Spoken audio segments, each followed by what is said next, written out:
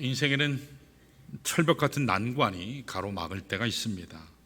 그때 그 난관은 넘어가기 힘든 고비를 말하지요. 일반적으로 난관 앞에 서면 사람들이 반응하는 세 가지 모습이 있습니다. 한 가지는 포기하는 모습이고, 또 한 가지는 안주하는 모습이고, 나머지 세 번째는 난관을 딛고 올라서는 정복자의 모습입니다. 여러분들은 어떤 모습인지 모르겠습니다. 오늘 본문을 보시면 땅을 정복했던, 위대한 성을 정복했던 하나님 백성에 대한 스토리가 나오고 있어요. 여호수아서 6장 말씀은 여리고성을 공략하는 사건을 기록하는 말씀이죠. 여러분, 여기 여리고성이라고 하는 곳은 요단 계곡 남단에 있는 팔레스타인 지역에서 가장 오래된 성, 최고의, 고자는 옛고죠, 가장 오래된 성으로 알려져 있습니다. 이 성은 요단강의 광활한 평야를 지키는 성이었기 때문에 전략적인 요충지였고, 어떤 경우에도 포기할 수 없는 그런 곳입니다. 제가 주석을 살펴보니까 그 성의 크기가 8에이커예요. 1에이커는 1200평이 좀 넘거든요. 그러니까 곱하면 10,000평 정도 돼요. 성이 10,000평이다, 성읍이 10,000평이다, 작죠? 별로 큰 게 아니에요. 우리가 생각했던 것보다 그렇게 광대한 성읍은 아니었습니다. 그러나 이 성은 가파른 경사지에 그 정상에 위치해 있기 때문에 천연의 요새였습니다. 정상적인 군사작전으로는 결코 공략할 수 없는 난공불락의 성읍이었습니다. 더구나 오늘 본문 보니까 1절에 이렇게 나왔죠. 이스라엘 백성들로 말미암아 여리고는 어떻게 해요? 굳게 닫혔고 출입하는 자가 없더라. 난공불락의 철옹성에 더해서 문까지 굳게 걸어 잠그고 있으니까 도저히 정복할 수 있는, 공략할 수 있는 방법이 없어요. 아무도 접근해서 공격할 수 없는 이 철옹성을, 그런데 이스라엘이 어떻게 했나요? 어떻게 정복했나요? 하나님의 방법으로, 믿음으로 그들이 정복한 사실을 오늘 하나님의 말씀이 우리에게 증거합니다. 오늘 여러분과 제 삶 가운데서도요, 여리고성이 존재해요. 철옹성이 존재해요. 난공불락의 성이 존재합니다. 말씀 속에 나오는 이 여리고성은 인간의 능력으로 도저히 풀 수 없는 문제들이라고 할 수 있어요. 예를 들면 우리에게 질병이 주어질 수 있습니다. 쉽게 고쳐질 수 있는 질병도 있지만 고쳐질 수 없는, 나의 능력으로는, 의학의 도움으로는 아무리 애써도 될 수 없는 불치병, 그런 불치병을 우리는 여리고성이라고 부를 수 있습니다. 또 우리에게 경제적인 위기가 찾아올 수 있지만 어떤 경우에는 나의 힘으로 도저히 막아낼 수 없는, 벼랑 끝까지 가는, 파산 직전까지 나를 몰아가는 경제적인 위기, 이것이 여리고성이라고 할 수 있어요. 혹은 우리들의 자녀 문제, 혹은 마약에 중독된 사람들의 문제, 보편적으로 절대로 도저히 우리의 방법으로 무너뜨릴 수 없는 이러한 난공불락의 경우들을 우리는 여리고성이다 말할 수 있습니다. 자, 오늘 성경 말씀에 나타난 이스라엘 백성들은 그런데 그들 앞에 있는 이 여리고성을 어떻게 공략했죠? 포기하지 않았어요. 현실에 주저앉거나 안주하지 않았습니다. 타협하지도 않았어요. 그들은 오직 하나님의 말씀을 붙잡고 믿음으로 그 성을 올라가서 정복자가 됐습니다.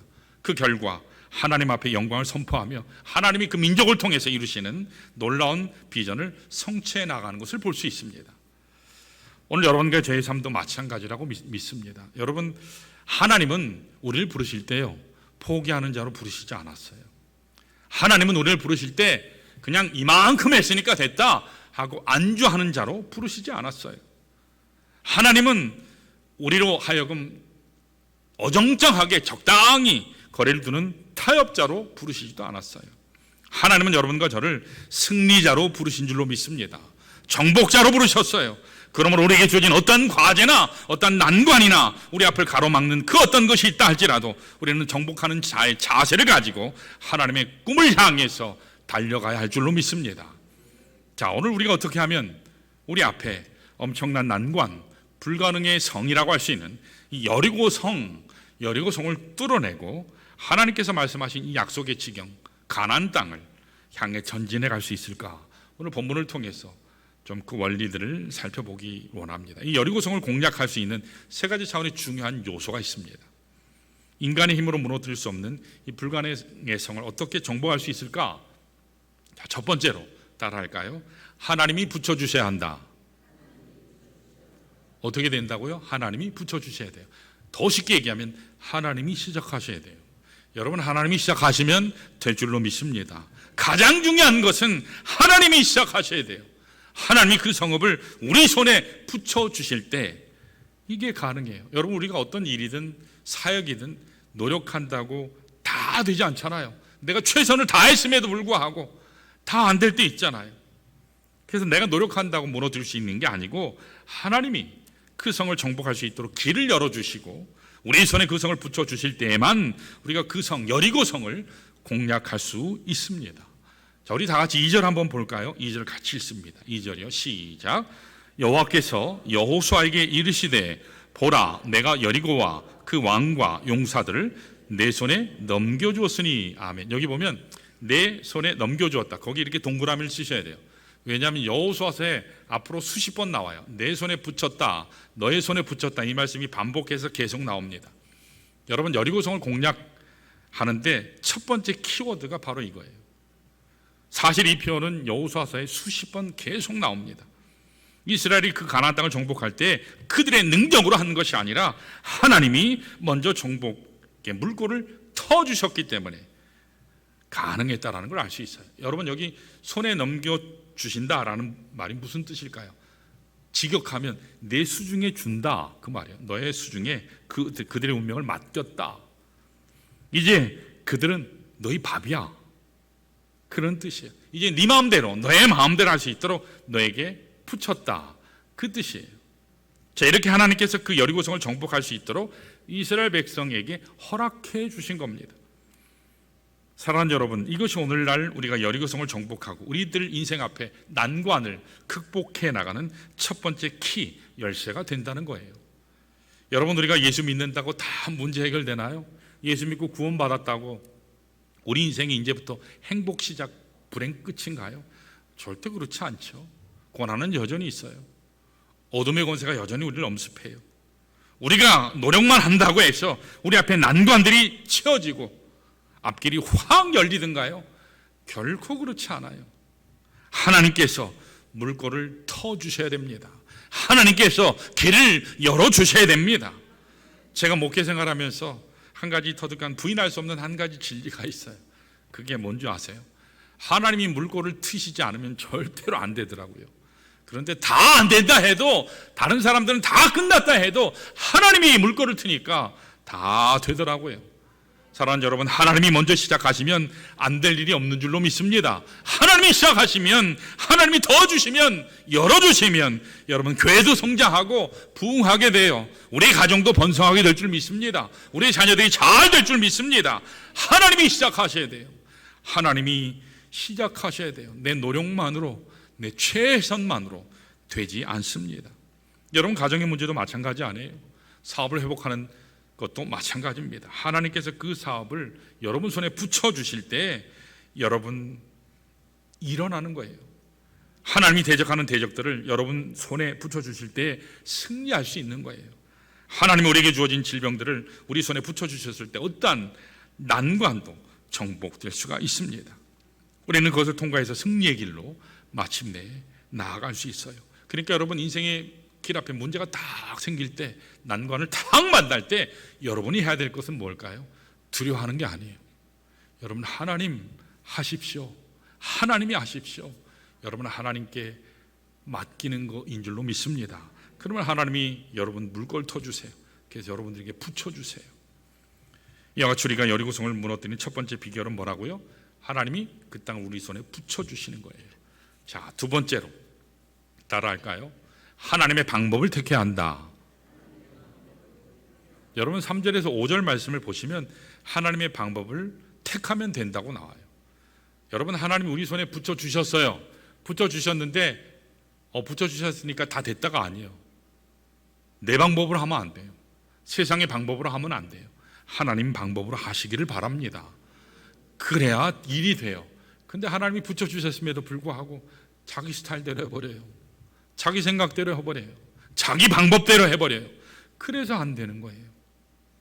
자, 구체적인 방법은 하나님의 방법으로 해야지 우리 마음대로 해서는 안 된다는 거예요. 자, 우리 3절에서 5절을 읽어볼까요? 자, 여러분 한번 눈여겨서 보세요. 제가 읽습니다.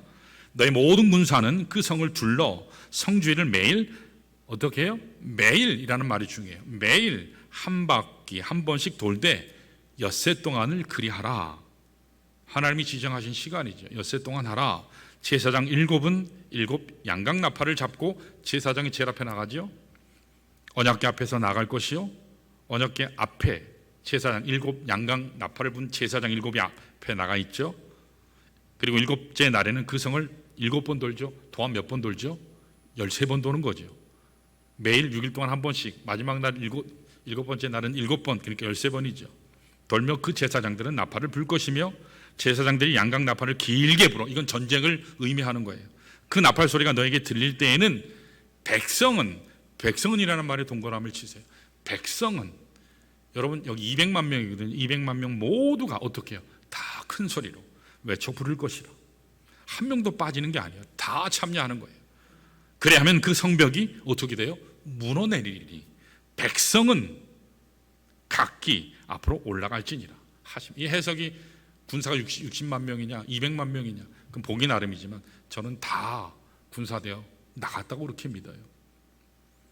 여러분 여기 보시면 하나님이 그 성을 정복할 전략을 주시는데 굉장히 독특해요. 제가 좀 좋은 표현으로 독특하다 그러지 이건 말도 안 되는 얘기잖아요. 여러분 어떻게 뺑뺑 본다고 무너져요? 소리 지른다고 무너집니까? 희한한 방법이에요. 군사적인 용어는 단 한마디도 안 나와요. 상식적이지 않습니다. 이런 방법으로는 도저히 여리고성이 안 무너져요. 자, 그런데 여기 상식적으로는 도저히 여리고성을 무너뜨릴 수 없는 방법인데 무너뜨릴 수 없는 그런 방법으로 전혀 아닌 것 같은데 하나님은 아주 특이한 방법을 제시하시죠. 뭐라고요? 야, 너희들이 그 성을 매일 돌아. 6일 동안 법궤를 지고 그 앞에는 제사장 7이 양각나팔 불고 백성은 뒤로 따라가고 그리고 맨 마지막 날은 7바퀴를 돌고 그리고 와 소리를 외쳐. 내가 외치라 할 때 외쳐. 여러분 이건 도저히 이해할 수 없는 하나님의 특이한 독특한 방법의 내용이에요. 제기에서 중요한 게 뭐예요? 일단은 돌라는 거예요. 하나님이 뭐라 하셨어요? 야, 무너지고 안 무너지고는 내가 할 일이야. 니네 할 일은 돌기만 하면 돼. 근데 문제는 내 생각, 이거 뭐 돈다고 돼요? 아니요, 돼요. 될 줄 믿습니다. 여러분, 안 도는 우리가 문제예요. 하나님이 약속하셨으면 여러분 무너집니다. 근데 문제는 뭐냐면 내가 안 하는 거예요. 그래 놓고 하나님이 능력이 없대요. 지가 안 해놓고. 우린 다 그래요. 도는 게 중요한 거예요. 성을 도는 것이 필요해요. 그래서 성을 돌기는 돌되 어떻게 해요? 7번이라는 숫자를 강조하고 있어요. 여러분 여기 말씀에 4절을 보시면 7번이라는 숫자가 몇 번 나와요? 몇 번 나오나요? 세보세요. 몇 번 나와요? 제 얼굴 본다고 나오는 게 아니에요. 몇 번 나와요? 4번 나와요. 4번 나와요. 여러분 여리고 성을 공략하는 내용이 여호수아서 6장인데 여기에 7이라는 숫자가 몇 번 나오는지 아세요? 6장 전체에. 빨리 세보세요. 몇 번 있어요? 소망형제 몇 번 있어요?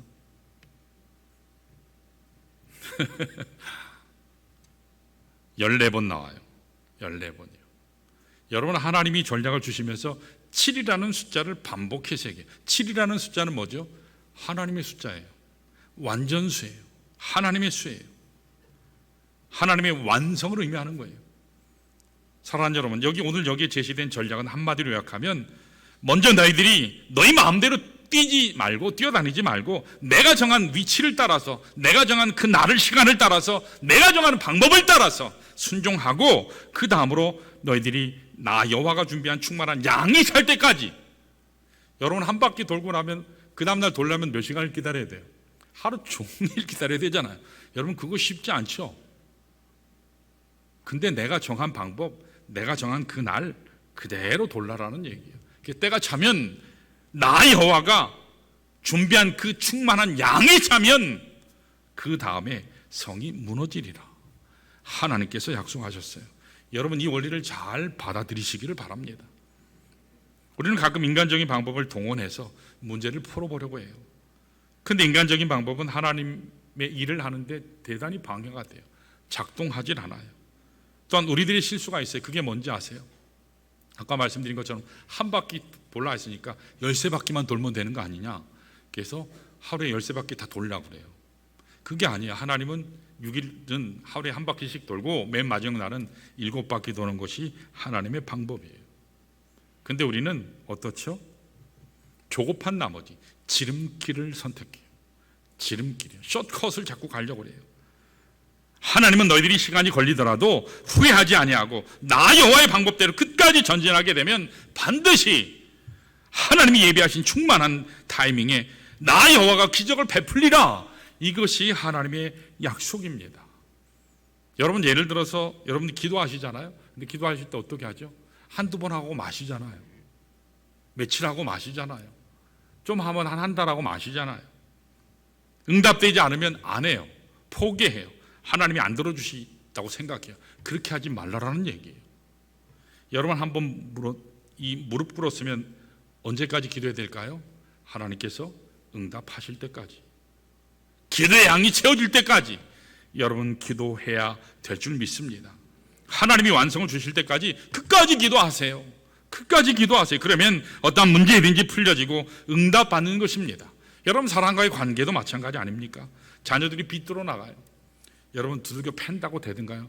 절대로 안 돼요. 안 돼요. 몇 번 사랑으로 다가간다고 해서 되나요? 아니요. 화를 내고 상처받고 돌아설 때가 더 많아요. 그 세상에서 가장 상처 주는 존재 1등이 부모에게, 자녀에게 있어서 부모예요. 그게 상담학에서도 통계예요. 70%가 넘어요. 부모로 인한 상처받음이. 언젠가 그러나 계속해서 기도하면 하나님께 나가면 언젠가는 그 장벽이 무너지고 하나님의 때 그 자녀가 주님 앞에 돌아온다라는 사실입니다. 자녀들 말 안 들을 때 어떻죠? 꼴보기도 싫죠? 저건 누굴 닮아서 저러나? 누굴 닮긴요? 날 닮았지요. 뭐 묻어버린다고 되든가요? 아니요. 그 다음날 보면 또 부활해 있어요. 팔팔하게 살아있어요. 더 쌍심지를 끼고 부모에게 대들어요. 여러분 우지만 다 그 경험하셨잖아요. 여러분 사랑으로 안아주셔야 돼요. 더 품어야 돼요. 그러면요 알 날이 와요. 제가 어떻게 잘할까요? 저도 경험해서 하는 거예요. 저도 경험해서 하는 거예요. 저희 아이들은 절대 안 대들 줄 알았어요. 절대 안 대들 줄 알았어요. 그렇지 않더라고요. 기다리고 사랑하고. 그래서 제 아내도 참 많이 울었어요. 하나님께 맡길 수밖에 없으니까. 기도할 거 외에는 없었어요. 그리고 끊임없이 아이들하고 대화하고 시도하고. 제가 그랬던 게 아니라 제 아내가 그렇게 했어요. 여러분 교회 건강과 성숙도 마찬가지라고 믿습니다. 우리가 비블리컬 마인드, 성경적인 이 사고방식을 가지고 하나님의 방법을 택하고 하나님의 때까지 신실하게 기도하고 하나님의 은혜를 향해 나아갈 때 그때 하나님께서 이루세요. 교회 건강도 마찬가지예요. 교회가 성장하는 것이 중요한 게 아니라 건강하면 되는 거예요. 여러분 교회가 부흥이 되는 거 여러분 원하시죠? 자, 뭐라 그럴 것 같으세요? 아멘 하신 분만 복 받으시기 바라요. 여러분 여기 있는 하나님의 사람이 하나님의 거룩한 말씀의 대언자가 말씀하면 그대로 될 줄 믿습니다. 제가 능력이 있어서 되는 게 아니에요. 하나님이 말씀하시기 때문에. 여러분 부지런히 아멘 하시면 여러분 복 받습니다. 입 다물고 있으면 여기까지 복이 왔다가 다 흘러가 버려요. 여러분 열심히 아멘 하면 그 복이 나의 것이 돼요. 여러분 아멘하는 거, 인색하는 건 제일 바보스러운 거예요. 아멘 많이 하시기 바랍니다. 제가 목회하면서 이 신앙 잡지나 또 여러 신문이나 이메일을 보면 제가 신문을 많이 봐요. 뭐 한 6, 7 종류를 봐요. 보수주의 신문도 보고 진보주의 신문도 보고 입장이 뭐 항상 다르죠. 그러면서 그런 신문뿐만 아니라 뭐 목회 잡지도 많이 읽는데 거기 보면 교회 성장 세미나 광고가 참 많이 나와요. 물론 아주 굉장히 좋은 세미나들도 있어요. 근데 거기 보면 한결같이 어떤 느낌을 주냐면 이 세미나만 참석하면 교회가 확 부흥할 겁니다. 확 부흥할 겁니다. 근데 그런 광고를 보면 솔직히 제 마음에 불편해요. 그런 식으로 하면 이 한국 교회, 세계 온 교회 부흥 안 되면 안 되잖아요. 근데 부흥을 안 해요. 부흥을 못 해요. 여러분, 하나님의 교회나 영적인 성숙, 영적인 건강함은 절대로 하루아침에 안 돼요. 하루아침에 안 돼요. 여기 있는 장 목사가 목사가 돼서 여기까지 온 데만 해도 수십 년이 걸렸어요. 30년 이상이 걸렸어요. 오늘날 많은 사람들은 특별한 방법이 있어야 교회가 성장하는 줄로 아는데, 여러분 하나님 말씀을 잘 보세요. 쓸데없는 거 다른 거 보지 마시고 하나님 말씀을 보세요. 말씀에 보시면 굉장히 단순해요. 기도하라고 나와요. 말씀 보라고 나와요. 십자가의 복음이 있으면 하나님의 교회는 건강해져요. 가정은 건강해질 줄 믿습니다. 내 삶이 평탄하게 돼요. 문제는 뭐냐면 십자가에 살아있는 복음이 없어요. 성령의 능력이 없어요. 기도하지 아니하고 말씀 읽지 않는데 무슨 수로 하나님께서 복을 주실 수 있을까요? 다들 보면, 저와 여러분들 보면 다 하나님의 은혜 충만히 받은 것 같아요. 근데 실제 삶은 어때요? 그렇지 않잖아요. 여러분, 오늘 하나님께서 우리에게 굉장히 주신 중요한 소중한 기본적인 것을 주셨는데, 이 기본적인 철칙을 외면하는 경우가 많아요. 인터넷 끊임없이 들어가서 쓰잘데없는 거 보고 있고, 여러분 말씀 보세요. 말씀을 읽으세요. 그 말씀 속에서 하나님의 성령이 역사하시는 그 맛을 보셔야 돼요. 자꾸 쓸데없는 거 들여다보고 있고 듣고 있으면 독약 먹게 돼요. 세속주의 유혹에 빠져요. 지름길을 자꾸 찾게 돼요. 인간적인 방법을 찾게 돼요. 하나님의 길을 그래서 나도 모르게 부지불식간에 떠나게 돼요. 어느 순간에 비판자가 돼 있어요. 여러분, 정말 하나님 은혜 가운데 있는 사람은 항상 하나님 말씀 가운데 서 있는 사람이에요. 여러분, 예수님의 생애를 여러분 점검을 한번 잘 가서 읽어보세요. 예수님이 좀 공생기 시작하실 때 마귀가 오잖아요. 마귀가 예수님 시험하죠. 3가지 시험을 했어요. 물론 그 3가지가 각각 다른 차원에서 시험을 하지만, 이 시험을 한마디로 요약하면 사단이 던지는 메시지가 뭔지 아세요? 사탄이 예수님께 던진 시험은 딱 하나로 요약할 수 있어요. 지름길을 택하라예요. 지름길을 택하라. 뭐 그렇게 힘들게 십자가 달릴 필요 없어. 뭐 3년 동안 그 말 안 듣고 무식한 12 제자 데리고 고생할 필요 없어. 여기 있는 돌 가지고 떡 하나 딱 만들면 그냥 왕돼. 인기 짱이야. 왕돼. 예수, 당신이 비켜갈 수 있는 길이 있다. 죽지 않아도 돼. 고통 안 당해도 돼. 사랑하는 아버지에게도 버림 안 받아도 돼. 홀로 외롭게 처절하게 그 십자가의 길 안 가도 돼. 비켜갈 수 있는데 왕만 되면 되잖아. 메시아만 되면 되잖아.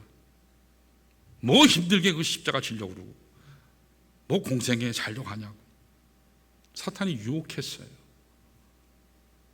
사탄이 또 유혹하죠. 세계 만국의 영광을 보여준 후에 나한테 딱 한 번만 고개 숙여.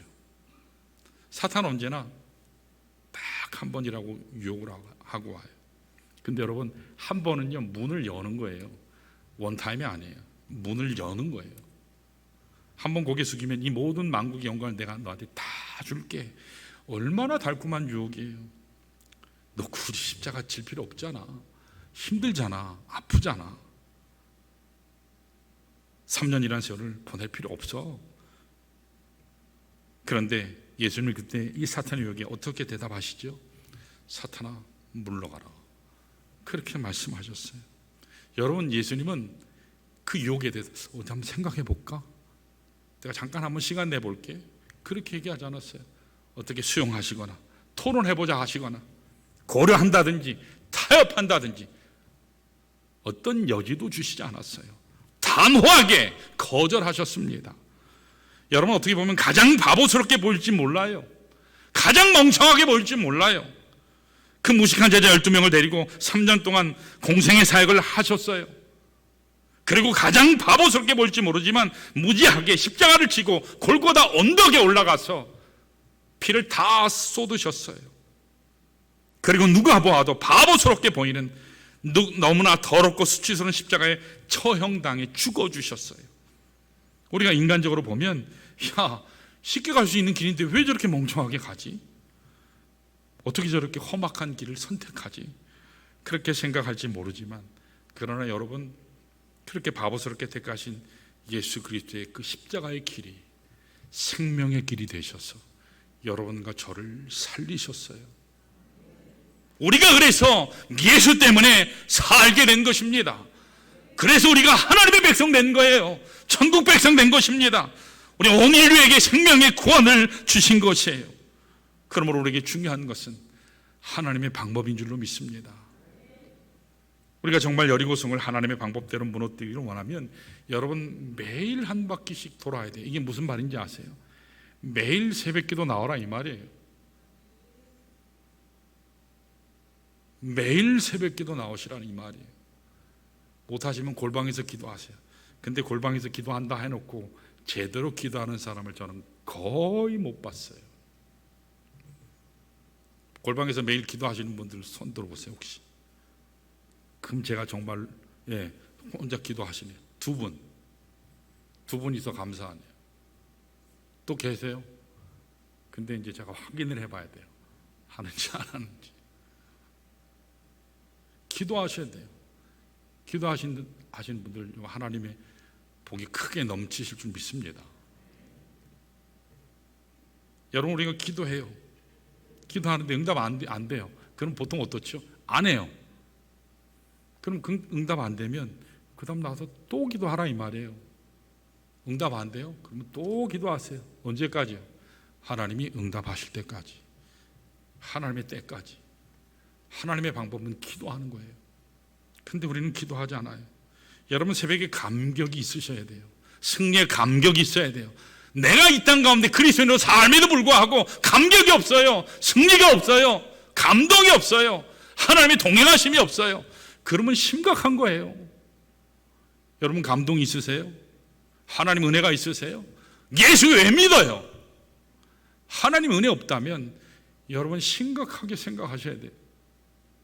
내일이라도 하나님은 우리를 부르실 수 있어요. 우리는 언제 죽을지 모르는 그런 사람들일 뿐이지 영원히 사는 사람들이 아닙니다. 근데 마치 영원히 살 것처럼 예배 한번 드리고 나면 그것으로 다 됐다고 생각해요. 여러분 매일매일에서 기도로 승리하시기를 축원합니다. 여러분 하나님께 기도 드리는 이 시간만큼 이것만큼 중요한 게 없어요. 그래야 내가 호흡하고 내가 살고 내 자녀가 사는 겁니다. 이것이 바른 신앙의 우선순위인 줄로 믿습니다. 이와 같이 우리 앞에 여리고성을 정복하려면 첫 번째는 하나님이 그 땅을 붙여주셔야 돼요. 하나님이 시작하셔야 된다는 거예요. 두 번째로 하나님의 방법대로 순종해야 돼요. 그때 하나님께서 기적을 주십니다. 자, 이렇게 돌고 돈 후에 드디어 하나님의 때가 찼어요. 그러면 이제 뭐 해야 되죠? 마지막 세 번째 따라할까요? 한 마음으로 외쳐야 한다.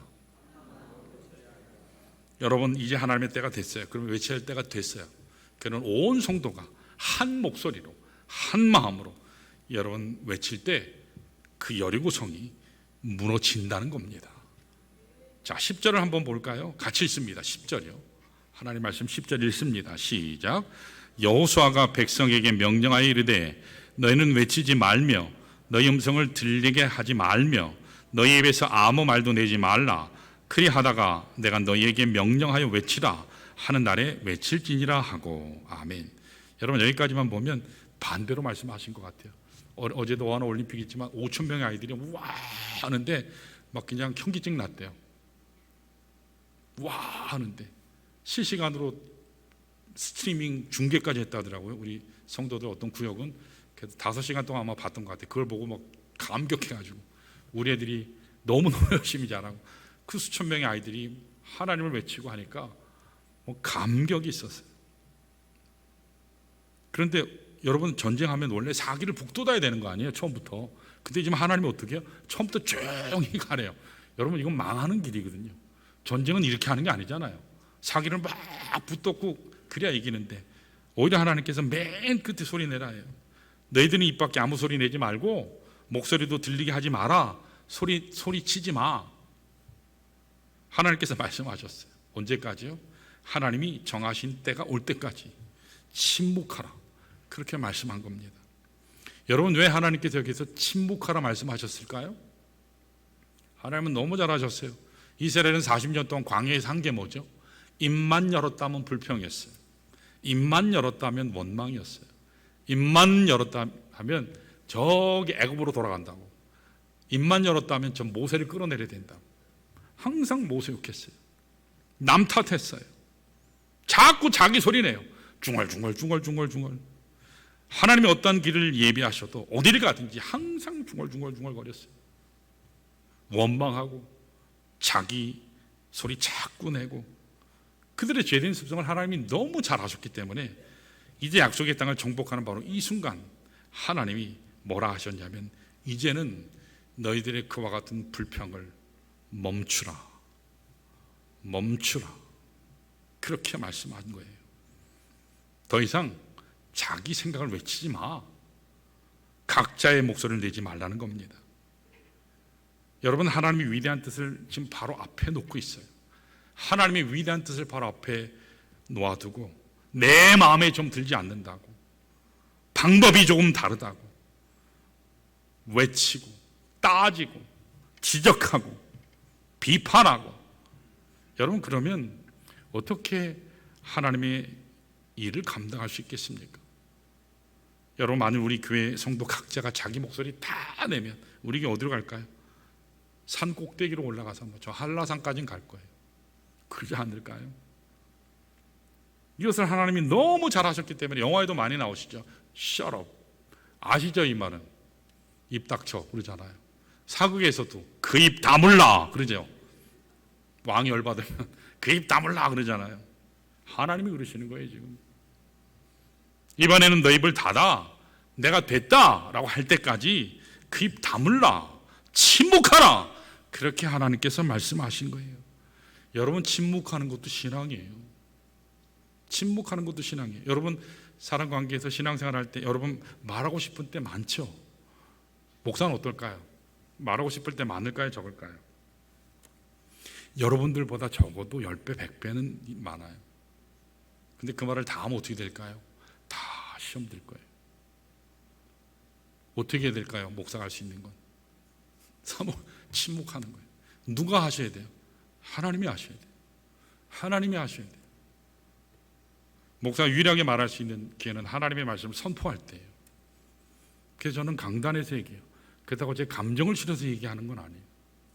감정을 실어서 했다면 여기 남아 계실 분이 아무도 안 계실 거예요.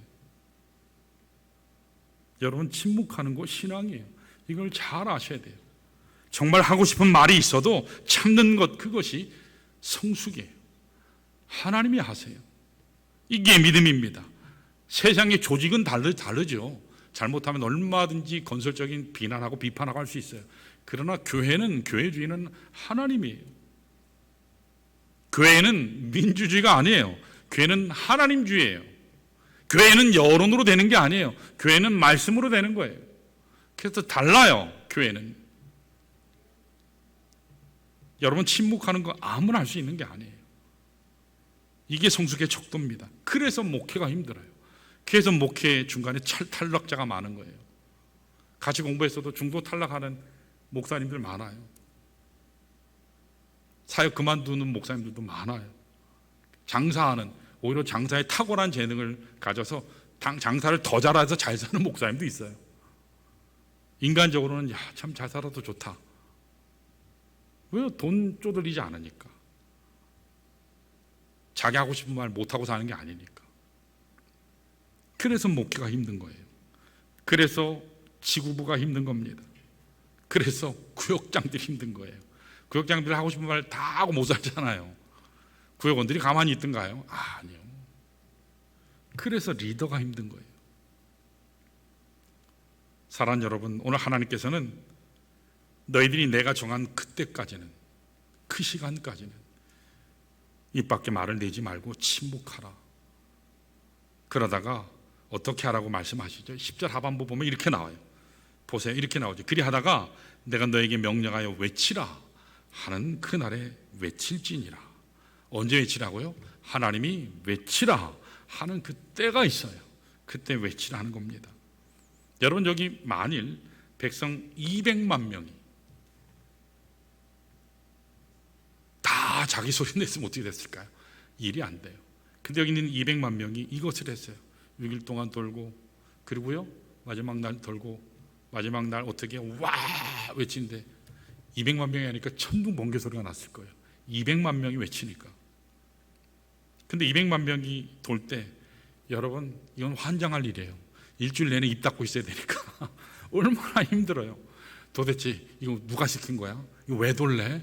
미치고 팔딱 쓰겠네. 누가 도대체 이거 하라는 거야? 궁금한 거 투성이었을 거예요. 입이 근질근질 거렸을 거예요. 불평할 것도 쌓였을 거예요. 그러나 그들은요 침묵했어요. 침묵했어요. 마지막 7일째 됐을 때, 하나님의 때가 찼을 때, 하나님의 시간이 왔을 때, 외치라고 했을 때 그들이 한 목소리로 와 외쳤어요. 그 난공불락의 여리고성이 확 무너졌어요. 여러분, 무너뜨리는 것은 하나님이 하십니다. 아멘. 우리는 돌기만 하면 돼요. 우리는 한 마음으로 돌기만 하면 됩니다. 근데 우리는 그거를 안 해요. 끊임없는 내 생각을 거기 집어넣어요. 나의 의견을 집어넣어요. 여러분, 그런 교회는 좋은 교회가 아니에요.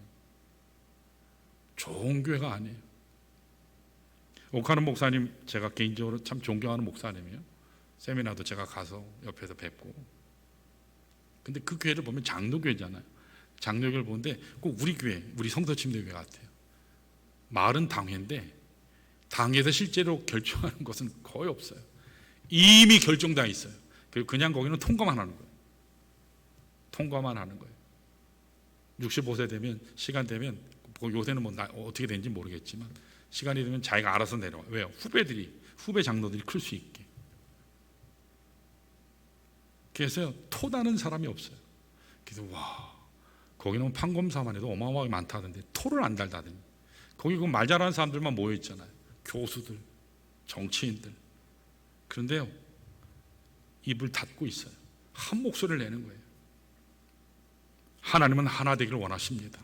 우리 교회가 하나 되면 하나님께서 하나님의 일을 이루실 줄로 믿습니다. 여러분, 초대교회에서 가장 하나님 앞에 사랑받고 가장 많은 은사를 누렸던 교회가 있어요. 근데 하나님의 마음을 가장 아프게 했어요.